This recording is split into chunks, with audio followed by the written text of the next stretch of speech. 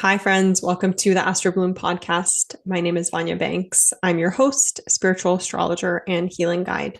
So, before I get into this really expansive episode with my friend and holistic psychotherapist, Bianca Uguccioni, I just wanted to take a moment to talk about a few things. So, if you're listening to this episode on launch day, which is April 21st, 2024, there's a really big cosmic event happening today that doesn't happen very often in our lives, and that is the meeting of Jupiter and Uranus happening in the sign of Taurus at 21 degrees.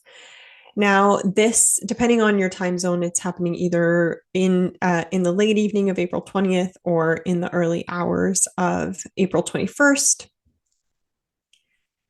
Jupiter and Uranus do meet around every 14 years, but they will not be meeting again in Taurus in our lifetime. And so this is this one chance in our life to work with this energy.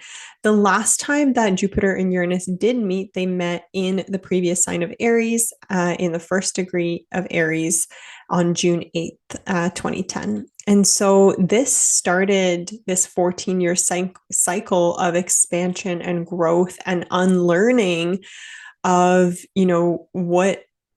who you are. Aries is all about identity. It's about our desires, about our path. It's that individuation energy. And so depending on where you have Aries in your chart, in 2010 or since 2010, you've probably been on this journey of individuation, learning about what is it that makes you you, and who are you, also what version of self are you also perhaps leaving behind. And Aries is that spark of life, so it's that initiation, it's that first burst of life in spring. So if Aries is that first burst of life, this new 14-year cycle, which is now being initiated in Taurus, this is about setting down the foundation, laying the roots. Taurus season is when plants so after they've sort of started sprouting in Aries season, in Taurus season, they start to gain stability and strength so that they can grow tall and strong and sturdy. And Taurus rules our resources, our relationship to money, our self-worth, self-love, our self-trust. It's all about finding stability in ourselves and in our bodies at this time. So Jupiter being the great expander, expanding everything he touches. It's the planet of abundance, prosperity, our higher self, our super conscious self, right? That big vision that we have for our lives. It's about hope and dreams and faith. And Uranus being the great awakener, being this planet that shakes us to our core, shakes us awake if we have perhaps veered off our path. It's that connection back to source. It's the umbilical cord to the divine and to who we came here to be. And so we can think about, the last 14 years of that cycle that initiated in Aries being that kind of seed that was planted on this journey. And now we're really being pushed to lay that foundation, to trust ourselves, to trust our intuition, to trust in our dreams, and that the things that we envision are possible for us. So what might be happening for at this time, depending on where you have Taurus in your chart, I would say any earth signs around 21 degrees are definitely feeling this. It's a very harmonious energy. Any fixed signs, so Leo, Scorpio, Taurus, and Aquarius are going to be also feeling this, but wherever you have Taurus in your chart, you're going to be feeling this. And there's going to be perhaps some sudden changes that take place. Uranus is unpredictable. It is the energy that we can't really prepare for, but we have to surrender to. And it is this lightning that might be striking the very foundations, the very earth that we stand on. But as we have been working with the energy of Jupiter and Taurus over the last 11 months, as Jupiter and Taurus finishes its transit there, we have built so much self-trust, self-worth. We have worked to heal our relationship to our bodies, to our finances, to our resources. And so hopefully, even though things might be a little bit unstable right now, we might be going through some really big transitions that were initiated during eclipse season over these past few weeks. We feel supported. We hopefully feel that we're held by something bigger. And even though we might not know, what's coming next, we hopefully know our next step, and we have trust that all of this is happening to just set us up for a abundant and prosperous and secure nature, and to be connected to that future vision that we might have. What really means something to us? Like, what are our values? What do we feel in our hearts? And how do we live more sustainably in alignment with what truly matters to us? So it is a really potent time of transformation, of realignment, of change. And the best thing we can do right now is surrender. So surrender doesn't mean not doing anything. It means surrendering to what is in front of you. So observing what is coming up. What are you feeling in your body? What is the wisdom of your body communicating to you about what the next step is for you at this time? And again, how can you find more grounding at this time? We are, if you're in the Northern Hemisphere, we are hopefully entering spring soon. I'm just looking out my window right now, and there's some flurries coming down. So, but definitely we have had some nice warm days. And so can you get outside and ground yourself, lay on the earth, put your feet on the earth, connect to your body? Yeah, it's really important to find that earth element right now amidst all this change, because April has been a very, very intense month. I know for most people in my community, for myself, there's just been some big, really significant life changes that have been happening, through our relationships with our resources, our living situations. Like, all of these things are coming up right now, and we're being realigned in some way. And so it's really important at this time to find grounding and to come back to your body and to come back to what truly matters to you. So you can join me for a future self activation ritual virtually. We'll be doing this on April 21st. So if you're listening on April 21st, it's today. And you can find more about that in the show notes. We'll be doing a visualization meditation. We'll be making a ritual oil for you to work with this Taurus season and with this energy, and lots more. There's going to be journal prompts and all of those things. But, my conversation with Bianca was actually quite timely as well. We recorded this a few weeks ago, and it was just as we were getting started in eclipse season. And it's interesting because so much of what came up in our conversation on, with respect to Bianca's journey to finding authenticity, and even talking about, you'll hear us talk about authenticity versus attachment and that whole balance, and how we all kind of have to face finding that balance, especially in our early, formative years. It's really interesting that came up because as you've probably heard me talk, for example, in the last few episodes where I've been talking about eclipse season and the eclipse, the nodes that are involved in the eclipses being in Aries and Libra, and that this really is that energy between authenticity and attachment. And so authenticity being like Aries, ourselves, who are we, what do we stand for? What are we here to do? What is our path? And it's very much about that energy of self. And Libra being attachments, relationships, the people that we are in relationship with. And so how do we find the balance between self and other? And how do we not sacrifice our authenticity to maintain attachments? And how do we maintain attachments while also being authentic? And what attachments allow us to be authentic? So yeah, I think you'll see a lot of the wisdom that's shared in this episode is really, really applicable right now as we're still in eclipse season, right? So we're still finishing up the lunar cycle from the solar eclipse that happened on April 8th. And yeah, we're still riding those waves of change for sure. The other thing I wanted to mention was in the episode, Bianca talks about a really pivotal time in her life where she kind of went through this rock bottom, like everything was stripped away from her. And in the episode, we're kind of postulating, what might have been happening astrologically for her. And I just wanted to say I did take a look at, what was happening for her at this time. And I know Bianca won't mind me saying this and sharing this with you guys, but it's kind of interesting that it was during an eclipse season where we had the nodes in Scorpio and Taurus, and the north node was in Scorpio and the south node was in Taurus.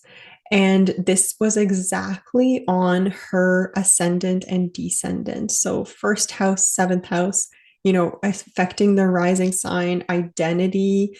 I know she's got Pluto around there as well in the first house. So, very plutonic energy of like learning how to detach, learning how to let go of all of the attachments, of all of the, possessions, of resources, of all of these things, and being redirected quite literally by the universe towards something, towards her shadows essentially, because it's also when she found therapy and that led her to pursue that as a career as well. So just wanted to share that with you guys because I think it's obviously really fascinating when we come across, these major pivotal moments in people's lives and then look at what was happening and understand like, that was all part of the plan of it might have been a really hard time and that doesn't take away from it at all, but it was necessary. And I just wanted to share that because you might be in that place right now. You might be in a place where you are finding it hard to see the silver lining. You might be finding it really hard to look at what's going on in your life and the changes that are taking place and finding it really hard to understand like why is this happening to me right now and why do I have to go through this and when does it end and what's the point? And I just want to say there is a point. There is a point because there's more of a point than there's more of a plan than and even if we can just learn from what Bianca shares in this episode, she wouldn't have found her calling in life really if she wasn't in this deep dark place. And yeah, I just wanted to send you some words of encouragement if that is where you're at right now. I know it's definitely a really potent eclipse season for myself. And I've definitely had some moments of, when is this going to be over? When am I going to be through this, tunnel? When is the light emerging? And I'm just trying to sit in that unknown and trying to have compassion for myself and, yeah, taking it one day at a time. So hope you guys are doing the same and spending lots of time in nature, resting. You might need a lot of sleep right now. I'm sending my love to you. One last thing I wanted to say before we get into the episode. I promise I won't keep rambling on, but I just wanted to share some really exciting news with you guys. In the episode, Bianca and I mentioned that we might be planning some events together, and I just want to say that that is official. We have selected a date.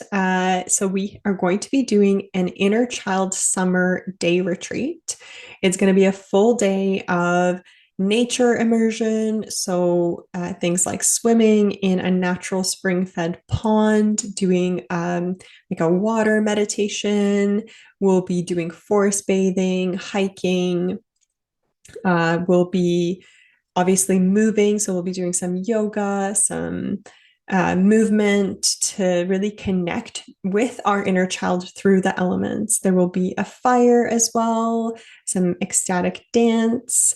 We will be doing some creative elements as well. So we'll be making some beautiful things out of some magical herbs and flowers. And this is all happening at a really, really beautiful property just sort of between Cambridge and Hamilton, Ontario, called St. George. And the property is called Luna Homestead. So I have put the form for VIP access for you to sign up for VIP access in the show notes to be the first to learn about this day retreat and how you can attend if you are local. This is going to be the first of many events, I'm sure. Bianca and I are super excited because both of us have had such a journey that's been focused heavily on inner child healing. And sometimes this inner child healing can be, it can be heavy. It can feel taxing and it can feel like work. And the thing is, of course, there are those elements, but at the same time, it comes down to like allowing our inner children to play and to be in nature and heal through that connection to all of the elements and to be creative and yeah, just play and have fun. And so it's going to be a day, of course, of healing and, doing some journal prompts and reflecting and emotional processing and all of these things because it's happening on a full moon in Capricorn, actually during Cancer season, very much leaning into the inner mother, inner father, archetypes within and how those relate to our inner children, but also yes, just taking some time to have fun in nature as well and heal through nature because she is our mother, and we are part of her. So super, super excited to announce that and to have you guys attend. Spaces are, of course, going to be limited. So I do really recommend that you sign up for the VIP access through the form in the show notes, and you'll be the first to know and also get access to the early bird discount. So we really hope to have you there on July 20th and hope you enjoy this episode. Today with me, I have a very special guest, my friend Bianca Uguccioni, and she's going to share some amazing wisdom with you about her healing journey and the way that she supports people in holistic healing. So welcome, Bianca. Thank you so much for being here. Yeah, thanks for having me. Happy to be here. So I'd love for you to give a little bit of an overview of what it is that you do. And the other thing that I also always ask people is to share their big three in astrology, and if you know your human design energy type. Sure. Should I start with that? Sure. Yeah. Okay. So my big three, I am a Pisces sun, Capricorn moon, and a Scorpio rising. I am a projector in human design. I'm a 2/4. I think split definition. I'm trying to think if there's anything else I remember. Yeah, I knew projector 2/4, but yeah, you're probably more well-versed in human design than I am. I think those are the big three in human design. Yeah. I want to say. Yeah. So it's a little bit about me from that perspective. But yeah, I'm a holistic psychotherapist, as Vanya said. And I currently work with individuals and couples, primarily virtually right now. But TBD, might be finding some office space to do some in-person work. Yeah, so I kind of view myself as a holistic psychotherapist and really work to support clients through the lens of, mind, body, soul. So utilizing what I've learned in terms of talk therapy, while also incorporating some somatic work, which I've been doing some training in, and then incorporating some spiritual practices into my work with clients, which again is specific on the client and their practices and all that, but there's an openness to exploring some of that in my work with clients. Great. Yeah, I mean, spirituality is such a personal thing. Yeah, like people have very different approaches to what is spirituality in the first place. Yeah. So maybe that's actually a good opening question is like, what does spirituality look like for you? What are your views on that, I guess? Yeah. Spirituality for me is something, so like background context, like I was raised Catholic religion. I in no way identify with the religion anymore. However, there was like that spirituality and that spiritual sense that like I have always appreciated. And I think it's the idea of believing in something greater than ourselves, right? Believing that there's some purpose to our existence and there's like a reason that we're here rather than just like we're here because we're here.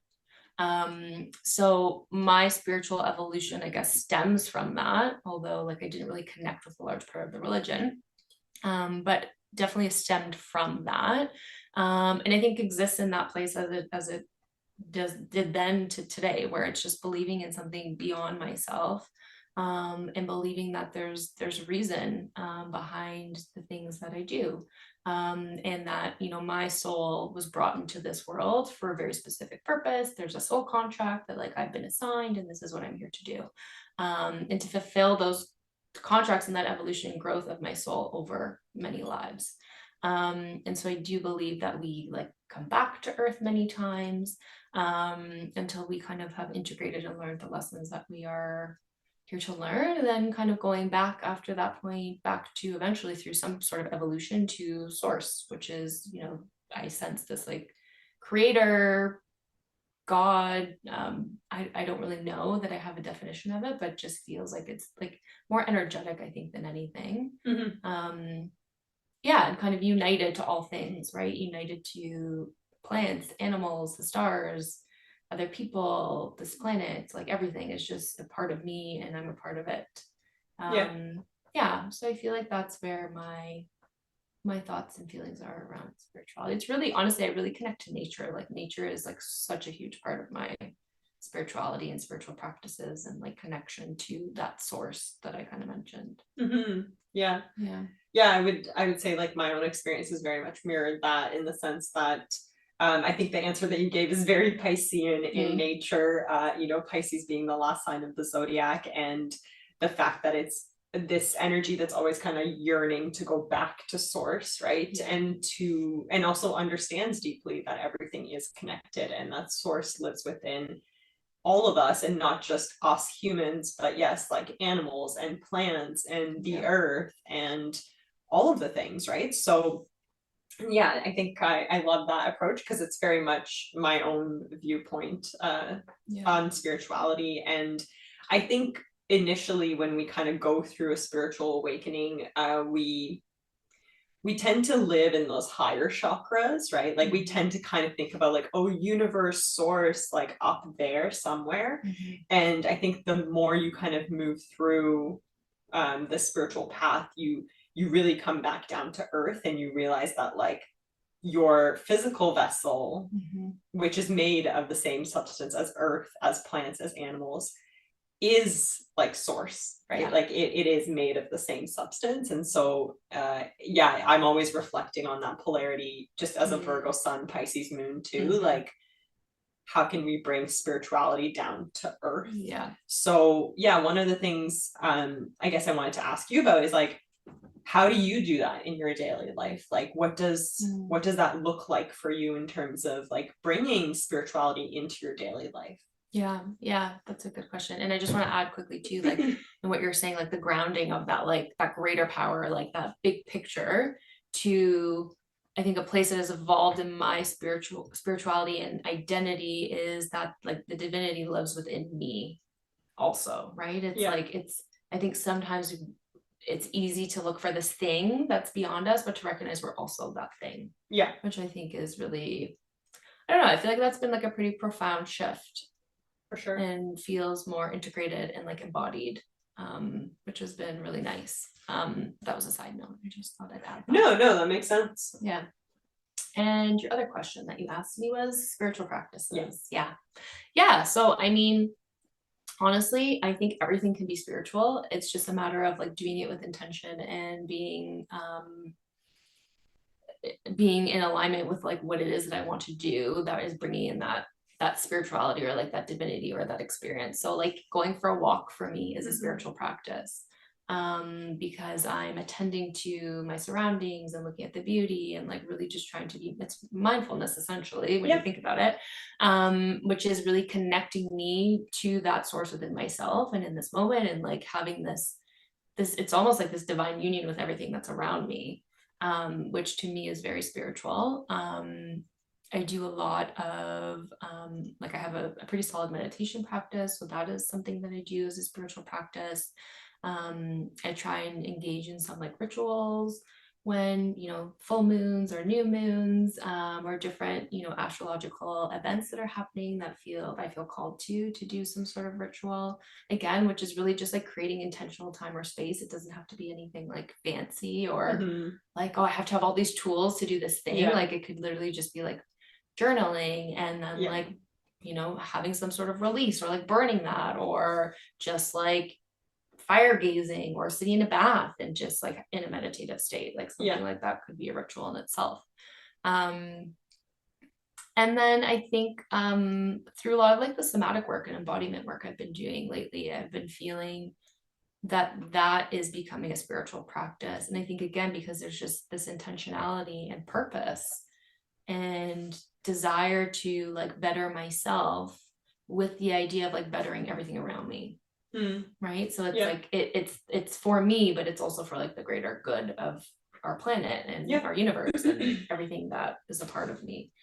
And then I like playing with like oracle cards and tarot cards, experimenting with like intuition and tapping into like my clairs and kind of doing some practices like that. So a lot of different stuff, but it's it really could also be very simple, like just dancing in my kitchen. Right. Totally. Yeah.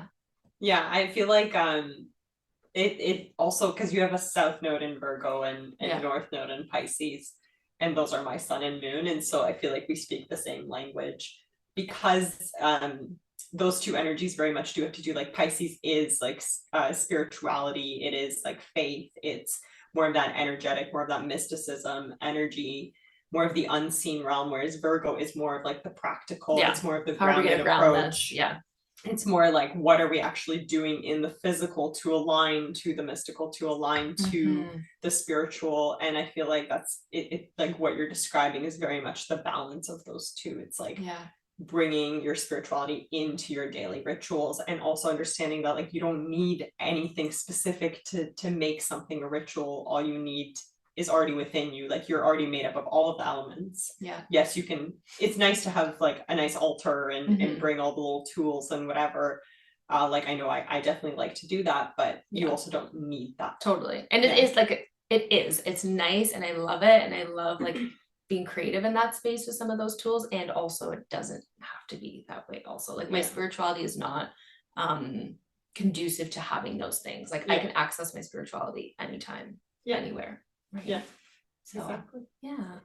Awesome. Thank you for sharing that. So the next thing I wanted to ask about is just sort of your journey to this place, because you know I think most of us aren't really born to be spiritual. Like we're born seeking something greater than ourselves for sure. You know, I can speak to that myself because I know even as a kid, like growing up similarly in like a Catholic household, although I would say my dad is pretty much atheist, but my mom always was kind of spiritual, religious, not in any stern sense, but like she definitely believed in something. That was the only like model for spirituality that I kind of had growing up. And so I like really wanted to be baptized when I was a kid because I thought it would like save me from something like typical like Scorpio rising, like whatever, I don't know, fear of death and all the things. And I like remember like begging my mom to like baptize me because I wasn't baptized because my dad wasn't religious, and I still haven't been, but I literally ended up going to like Catholic high school and stuff because I was always searching for something bigger. And then when I was in Catholic high school and like was learning about the religion, I was like, oh God, like no, like no pun intended, but like not for me, right? So I guess it wasn't really until later in my life that I kind of had more of a spiritual awakening and realized that, again, spirituality doesn't have to be within a certain framework or a religion or whatever. Like I would say like nature is my spirituality. So what led you down that path? And also just generally also on this path of like the work that you now do, right? And I think they're kind of separate in some way but the same in some way. Like you said, like that like seeking of something beyond ourselves, I think has been inherent in my life experience. And I think as a result of feeling that, like, is this it? Like, is this what this life is supposed to be like? Like, I feel like it should be different. And I think that came from a really young age, which was like, which I view from this lens of like wounding, probably some past life wounding mixed in with some like, you know, childhood stuff. My parents divorced when I was a baby, so there was a lot of you know, conflict there, and it just like it wasn't great. And like stress present even I think when I was in utero for sure, so like obviously feeling a lot of that, so like a lot of like difficulties in that sense at a young age. So this like why are my parents not together, and like why do I feel this way, or why do I have these experiences with my parents? Like it was just all very confusing and didn't make sense as to what I thought things were supposed to be. So I think that seeking is kind of driven from some of that. um and also like curiosity about human behavior, which is why I think I went kind of like that psychology route as well at one point, too.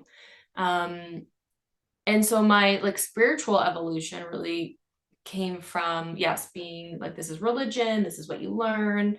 And I had exposure to a lot of different people at a young age, which I feel so grateful for.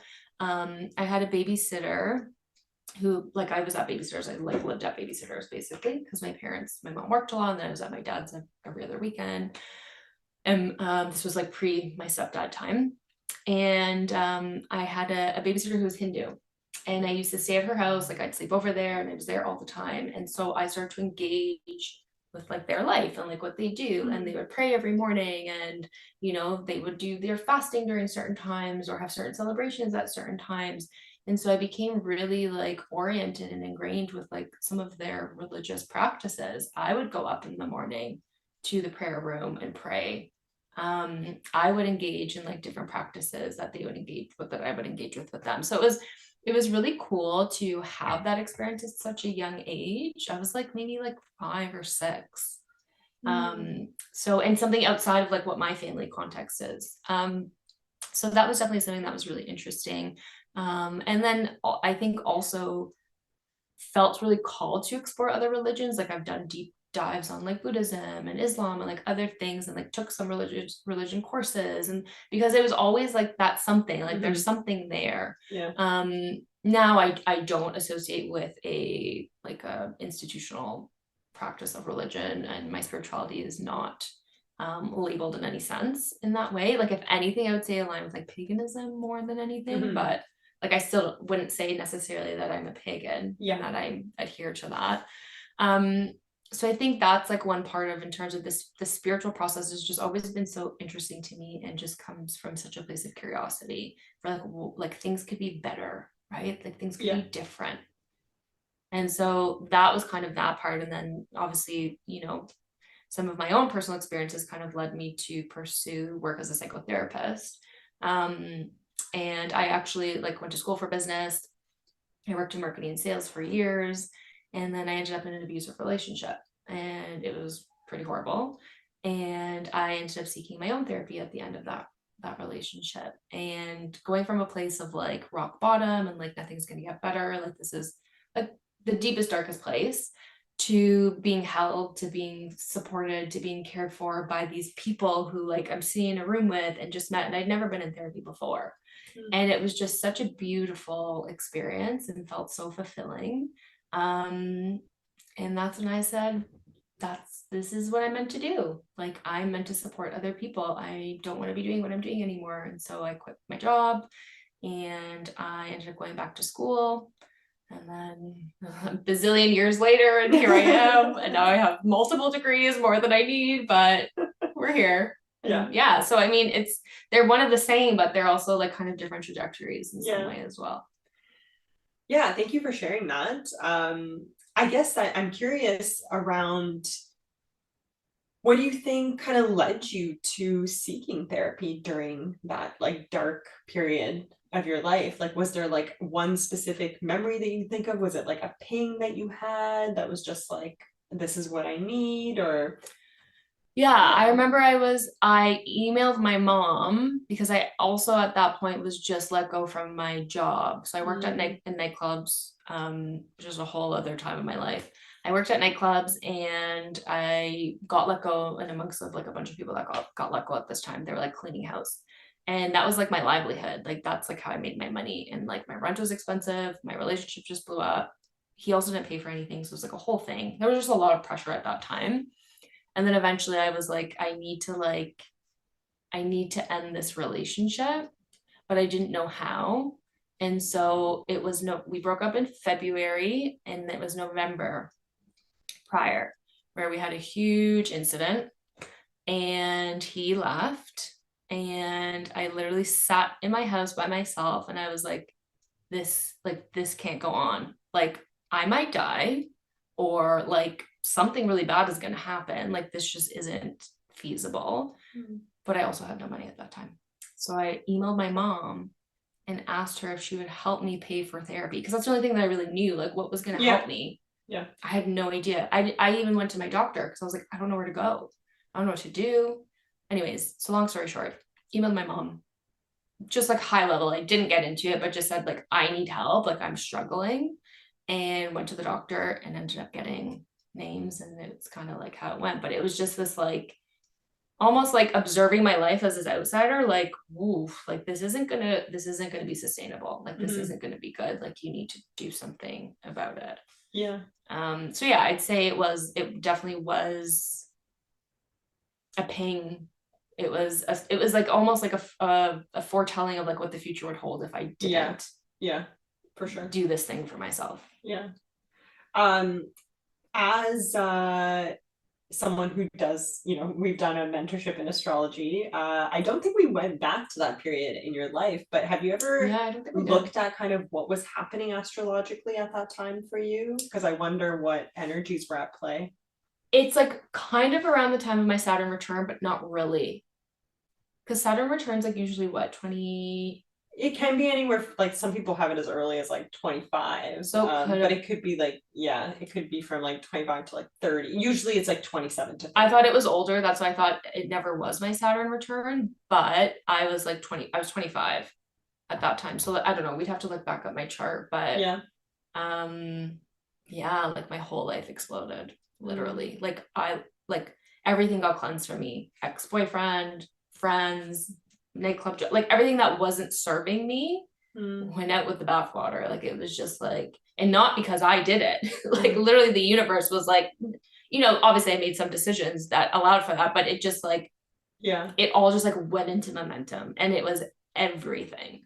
Wow. Like it was not just like a little bit of, we'll take that out. Must have been some eclipses at play or something too, because it's like, those are usually the times where things happen almost like without us even having a role in it, right? Yeah. Like it's like, okay, well, this is what's happening right now, and I guess I'm just gonna go along for the ride. Like that's kind of what's coming to mind for me right now as you're describing that.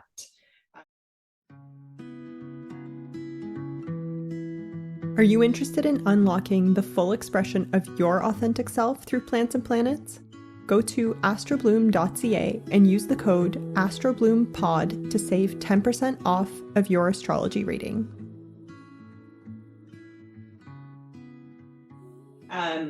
As we are currently, as we're recording this, we're in eclipse season with Libra and Aries energy being illuminated right now, and the theme I'm really getting a lot is, relationships are a mirror to our subconscious self. And even though we always talk about Aries and Libra being like the self versus the other, it's really the self. It's the me that I see in myself, Aries, and the me that I see in others, but I don't recognize as me. And so I guess just thinking of this and, this past relationship that kind of brought you to, and obviously like your community at that time and everything that was kind of released, that brought you to this rock bottom in a lot of ways. When you went into therapy, what were maybe or did you discover some things around like your own patterns, that contributed to these dynamics that you were in at the time. Yeah. I guess I'm just curious about that, given sort of what's happening right now. Yeah. Yeah. I identified like how much so I was a chameleon. I would adapt to like any environment and become that person and that identity. Like if you talk to some of my oldest friends, they'll be like, I've met 25 versions of Bianca over this lifetime. Like I've just like, I get into something and then it's like I evolve and then I become this thing and it's like so entrenched. So I feel like there was a huge call to like, who are you? Like, who are you? Yeah. Right? Like who do you want to be? Who are the people you want to surround yourself with? Like what's important to you? Not what's important to everyone else and how do you fit in, but what's important to you. Yeah. And so I feel like through that experience, it really grounded me. And that's why I went after what I went after. I did like, I don't know, 5 years extra of school. Like that was a lot. Yeah. And I was like very like poor for a long time because I was a student for so long and like just all these hardships. I had to move back home for a bit, like, in my late 20s, early 30s. Like I had to do a lot of sacrificing, but it was in the name for authenticity. Yeah. And so it was really a lesson in learning who I was and recognizing that goes back like through childhood in the dilemma that we all face, which is attachment or authenticity. Right. And for me, obviously, I was a baby, a little kid, and we all choose authenticity in those moments because we need to survive. Yeah. But then went that authenticity piece, and I really didn't find it again until I was like in my mid-20s. And for people who might not be familiar with the attachment versus authenticity dynamic, can you go into that a little bit? Yeah. So essentially, we have two competing needs as humans, which are authenticity and attachment. And when we are born, we have attachment to caregivers, essentially, so that way we can survive. So that attachment allows us to be fed, allows us to be cared for, have shelter, all these things, receive love, support, all of that. And if we didn't, then we would die, right? Like, so for survival of our species, attachment is hardwired into our being. And so this idea of this dilemma between authenticity as attachment is that sometimes our caregivers aren't able to, don't see or aren't in support for whatever reasons of our authenticity. And so in order for us to receive that attachment, that love, that care, support that we need, we forego that authenticity for the sake of that attachment. Right? So it's like you kind of have to choose. And at that stage, it's like, well, you got one to choose, really. Otherwise, the other choice is like not really pleasant, right? So that's a little bit. Yeah, I know Gabor Mate always talks about that. That's who I learned. Genius. When I heard that, I was like, oh, yes. I know. He's just an all-around genius. If you guys haven't listened to so good. any of his interviews or read his books, highly, highly recommend. Very smart man. But yeah, I know that makes a lot of sense. And, it is the balance that we find between attachment and authenticity in our childhood that then shapes how we show up in our later relationships. Yeah. Which is everything that's also coming up right now as we're in this eclipse season. And if you're listening to this later, this is, we are in the nodes of Aries and Libra from July 2023 to early 2025. So this energy does apply throughout this time. And also if you're someone who has a lot of Aries and Libra energy too, not to say that it wouldn't apply otherwise, but just the themes of what we've been discussing around self versus other and finding that balance, right? Yeah. So the other thing that you mentioned earlier was like the somatic practices that you've been doing. Could you get into what for people that might not know what somatics are, sort of what is that? Why should we care about somatics? So somatics are a body-based practice, essentially, where we are taking a bottom-down approach to a different type of therapy, essentially. Like talk therapy is generally a cognitive process, so it's more of like a top-down approach where it we review thoughts, and then it kind of like shifts things in ourselves, which then can support nervous system change or stabilization, things like that. Whereas like from a bottom down approach, it's essentially utilizing the body first as this means to support the nervous system and to create change in our experience and for healing. So somatic practices are essentially like movement practices, I would say, in some form, that allow for there's lots of different tools or resources that can be supportive, but essentially it's allowing for, I'd say, big picture, allowing for mobilization of energy, that when we have, I'll use like a trauma lens, for example, if you are, say you get in a car accident, right? And you have this experience of your nervous system because you've now been in this dangerous situation. So your nervous system comes online and you might go into the state of alertness. And your nervous system is now on this high alert. And so this car accident, where our nervous system is on high alert, and there's this integration or completion that needs to happen for us to be able to move through that experience without the residue staying within us. So the idea is that the somatic work allows for that integration of those experiences, so that way that residue is kind of cleared and moved through us. Mm-hmm. So that car accident, with that nervous system activation and then doing some somatic supports in that moment to release some of that, allows for that to move through you differently versus not doing anything with the body and then it just kind of staying inside, and then it kind of manifesting in some of these ways and kind of gets locked in certain parts of our body physically. Our nervous system can also then not go back to a regulated state, and then we can get these loops of like nervous system activation, which essentially keeps you in that high alert state, if that's the state that you're in, for example. So somatics are a really beautiful way to complete that stress response, but also a way to let your nervous system know that you're safe, right? Let your nervous system know like, oh, this actually isn't a dangerous situation. Sometimes if we've had trauma in the past and it hasn't been moved through us, it sticks with us. And then certain situations that, are similar to it in whatever way, right? It might be some like so remote, but in some way there's like a thread of similarity. We can have that nervous system activation. And so in those moments, we need something to help us basically tell our nervous system, like, this situation is not happening. We're actually okay. I'm safe. And this is what, this is how I'm going to let you know, basically. So it's essentially somatics are a way to communicate with our nervous system and with the inherent wisdom in our body that we don't have access to the same way from a cognitive lens. Yeah. Yeah. Because the emotional part of our brain doesn't speak language. Like it's a primitive part of the brain that only really it's pre-verbal. Exactly. Like it's pre-verbal. It speaks through like sensation and feelings of safety versus danger. Totally. So for you to sit there and like tell yourself logically, I'm safe. This isn't that same situation that I've been in before that was threatening. Isn't necessarily going to help because your nervous system can't understand that.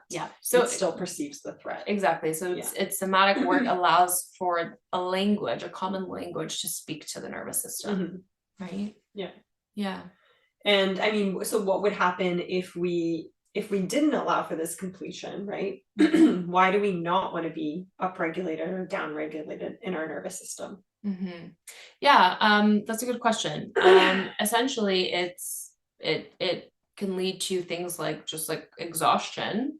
It can lead to things like health issues, like chronic stress or chronic activation can lead to like cancer, disease, autoimmune. Like there's so many different things because you're overriding your body's ability, your nervous system's ability. Your nervous system is supposed to be like up and down. Like you're supposed to come out and then come in, come out. And so if you're chronically activated, like moving through the world is probably going to be very challenging. And then there's also, things that are going to be happening inside, right? That could activate different experiences for your immune response. Your like everything's connected to your nervous system, your endocrine system, your immune system, your emotion system, like everything is your limbic system, everything's through the nervous system.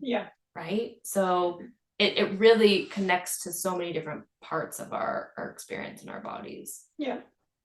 Yeah. I mean, you hear people talk so much about like regulating the nervous system, right? And so really what we're saying is that, you know, somatics is one way to do that, right? Yeah. Like that is a way to kind of come back into a regulated state, to let your nervous system know that you're safe, to get out of that heightened or maybe like more depressive, down-regulated state.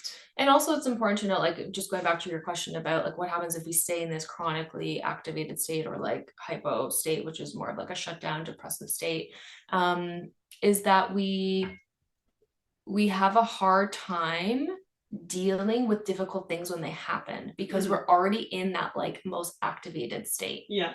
Right. So we don't have room to hold difficulties, and life is difficult, like stressors happen all the time. Yeah. And so somatics and that idea of regulation and that ability to get that movement again in our nervous system, when I go like this, it's like I'm talking about going from up hypo or hyperarousal to like hypoarousal, and then that kind of sweet spot, that window of capacity is kind of in the middle there. So that wave is kind of what I'm doing. Yeah.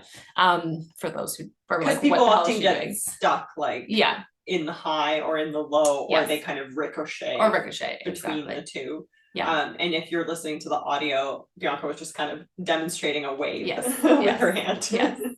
And so the beauty of somatics is that it allows us to build capacity within that window, which is what everyone will deem like regulation, right? Some regulated state. Build capacity in that window so that way we can withstand and deal with hard things in life. Yeah. Without it taking over us, without us having some sort of collapse or shutdown, or without feeling like, oh my gosh, the world's going to end, my anxiety is so intense, or like getting really aggressive and angry, and like my fight response is like on overdrive, or I'm frozen and I want to do something but I don't know what to do, right? That stuckness. So it allows for just more capacity to hold hard things. Yeah. Right? For sure. Which is inevitable, really. Yeah. Right? Yeah. And what led you down the like somatic route? Could you speak to that? Was there anything in your life that kind of led you to these tools on top of like traditional therapy? I think becoming a therapist really was the crux of that, because I've always intuitively known that there's wisdom in the body. I don't even know how. I just like, again, it's intuitive. I just like always known that our bodies mean something. And like I danced when I was young, like I was always like moving my body and it felt good. And so like I recognize that as a tool for sure, more inherently. But I think it wasn't until I became a therapist where I was doing talk therapy, and even in my own therapy, where I was like, we're not getting somewhere. Like there's like a block somewhere. Yeah. We can get to a place, and I'm like a very, very open, like I'll go anywhere with any therapist, like take me there, like I'll do it. I try and be really, really open in that space, because I want to try and explore all the depths of like my psyche and all these things. It's, it's one of those things that always want more. But I've always felt like there was just this wall. And it's not that I didn't have good therapists. I had great therapists, but there was just something that I was beating up against or hitting up against. And also in my work with clients, like feeling like, but I wonder like if we could do something there, like, would this be different? Right. And so in learning about it and like what's possible, I'm in no way will I ever claim myself to be an expert in anything, because I don't think that's possible. But for anybody, I think we're all kind of students of this earth, and there's always so much to learn. But from what I have learned and what I see is possible, I think that there's just so much that can be moved that hasn't been. And when you look at historical practices of healing, a lot of it is based in movement. Yeah. So there's something there. Yeah. Right. Yeah. I feel like whenever you look at, like more, I guess, like even just tribal communities and things like that to this day, they move through difficult life experiences like loss, like, whatever it might be, through like music and dance and community, right? So that there's movement, there's sound and there's community, right? And we live in a society where we're super isolated, and even though we have great therapists, those are still only one-to-one relationships, and we're still only really using the brain. We're not getting into the body at all.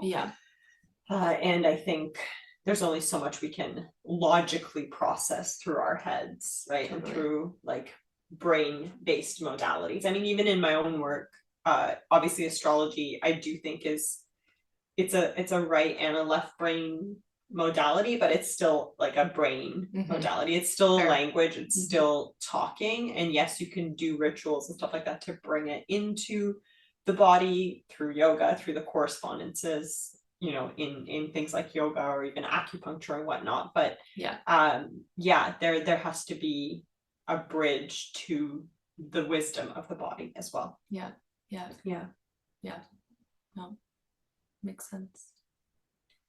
Is there anything else that you would like to share with the listeners today? Whether it is like work that you're doing, or what's coming, or just words of wisdom. Yeah, I think something that's speaking to me a lot lately is this idea of individuality. And I think it goes back to maybe this journey that I've had myself. So maybe that inspires some of this with this idea of authenticity. But it feels so important for me for people to feel that they're good. Like they're, you know, they're good just as they are, that they have these special parts of themselves. Like it's okay to be different.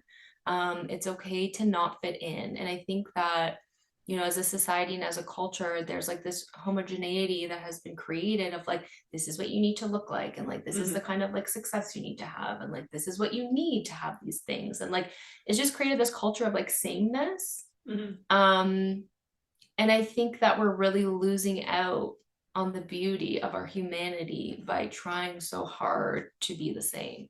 And so I think that's something that's really been coming forward for me. So I feel like there's a lot of work that is percolating in my mind as it relates to that.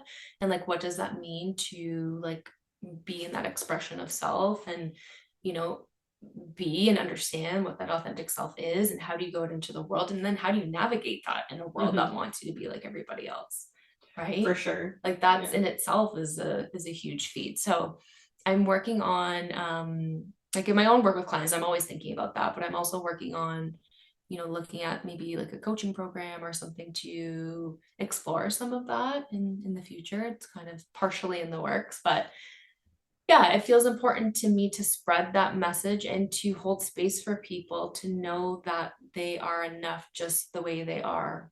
And you don't have to do anything profound or significant. Like, again, it comes back to spirituality and purpose. Like your purpose could just be like to be a nice person. Your purpose could be to like laugh a lot. Your purpose could be to play music.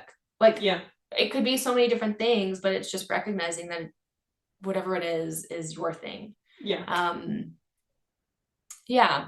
That's something that I think comes up. And then I'm in the future, hopefully, like I alluded to early on, is to have some in-person sessions happening. So looking forward to that, to have some, because Somatics is hard online, still very doable and accessible for people for sure. And like, I want to offer that to make it accessible for people, but also recognize there is something different with, again, having some of that human to human interaction and being able to see the whole person. Like I can only see, you know, here up, and like, what is someone doing with their foot? Are they tapping their foot? If I don't see that, then I'm kind of missing on, oh, that to me is a sign of some activation happening. What is that about? Right. Like just places of inquiry. So so hoping to do some in-person stuff in the near future. I think we're going to be doing a retreat together, which I'm so excited for. And looking to do just kind of some more in-person and community-based work, like you kind of mentioned. That feels really important to me too, is to do some of that. And I don't know what that means yet, but it feels like it's something that I would want to make happen at some point. So for sure. I will link Bianca's Instagram in the show notes.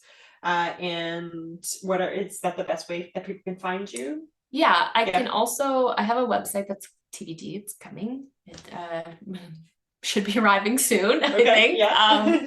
So if I get that up and running soon, I can also give that to you. Yeah. And people can find me on there. Sounds good. Yeah. And it is affirmative healing on Instagram. Affirmative _healing. Okay. Yeah. But yeah, we'll put the link in the show notes. As you were just sharing about authenticity, I guess I do have one last question for you. And that is, how do people begin to discover what is authentic to them? Like, especially as someone, you called yourself a chameleon in the past, like as someone who was in that space of perhaps not really knowing, how do you begin to discover that? Yeah, I think it's really like leaning into energetics and just noticing like what are the things that make me feel alive? What are the things that make me feel like really good inside and like maybe grounded, or make me feel connected, or whatever it is, like whatever the things that like you want to be feeling and you feel those things, like kind of taking an inventory. What are those things? Yeah. Right. And similarly, what are the things that drain me? Yeah. What are the things that make me feel not like myself, even if I don't know what that is? Yeah. Or that I'm being put in a position where I'm having to sacrifice parts of myself, even if I don't know what that is. I think we all inherently know feelings. And when what feels good and like we all have a general sense. And again, that's taking more of like a body-based approach to checking in, like what does feeling good feel like in my body? Yeah. What do I notice? What happens? Oh, okay, this is what happens. Yeah. And I go out into the world and then I do this thing and that feeling happens. So I'm like, okay, that's a good thing, right? Then I can put language to it. Yeah. Similarly with something that doesn't feel good. So I'd say that's kind of like just a good place to start in terms of an assessment and inventory of like, what are the things that you feel connected to and feel for sure give you that energy that you want to feel. Yeah, I like that lens on it because I always, because I do so much inner child work, that I feel like I always tell people, think back to like those whatever, those good memories of your childhood of like where you could spend hours doing this thing and you would just be in your own world and like nothing else mattered, right? Totally. I think those are great places to start, but I think the way that you framed it is really helpful for those people who might not have very many good memories of childhood or might not remember their childhood, right? So because obviously there could be adverse childhood experiences or trauma or all of these other things. So I love the somatic approach of first learning to notice like what does feeling good feel like for me, and what are the things that make me feel that way when I'm out in the world. Yeah. Cool. Yeah. Thank you so much. Thank you. Thanks for your time. And thanks for taking the time to share all your wisdom and your journey with all the listeners here today. Thanks for having me. Thanks everyone for listening, and we'll see you next time.